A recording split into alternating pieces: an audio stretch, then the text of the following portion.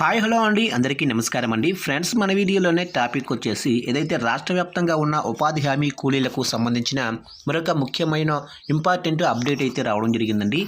అయితే ఇందుకు సంబంధించిన పూర్తి వివరాలు అయితే మన వీడియోలో తెలుసుకుందామండి. వీడియో మాత్రం ఎక్కడా కూడా స్కిప్ చేయకుండా చూడండి ఫ్రెండ్స్, అప్పుడే మనకి పూర్తి సమాచారం అయితే తెలుస్తుంది.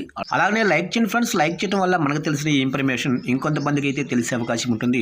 ఖచ్చితంగా లైక్ చేసి ఇప్పుడే మన ఛానల్ని సబ్స్క్రైబ్ అయితే చేసి ఫాలో చేయండి ఫ్రెండ్స్. లేట్ చేయకుండా వివరాల్లోకి వెళ్ళిపోదాము. ఇక ఉపాధి హామీ కూలీలకు ఫేస్ రికగ్నిషన్ అటెండెన్స్. ఇక దొంగ మాస్టర్ల కట్టడికి కేంద్ర ప్రభుత్వం దేశవ్యాప్తంగా ఉన్న ఉపాధి హామీ కూలీలకు ఫేస్ రికగ్నిషన్ అటెండెన్స్ విధానం తీసుకురావాలని భావిస్తుంది. ఇవాళ ప్రయోగాత్మకంగా మండ్యం జిల్లాతో పాటు దేశంలోనే మరో 2 జిల్లాల్లో అమలు చేయనుంది. పని జరిగే ప్రాంతంలో 10 మీటర్ల పరిధిలో అటెండెన్స్ తీసుకుంటారు. 4 గంటల వ్యవధిలో 2 సార్లు ఇలా చేయాల్సి ఉంటుంది.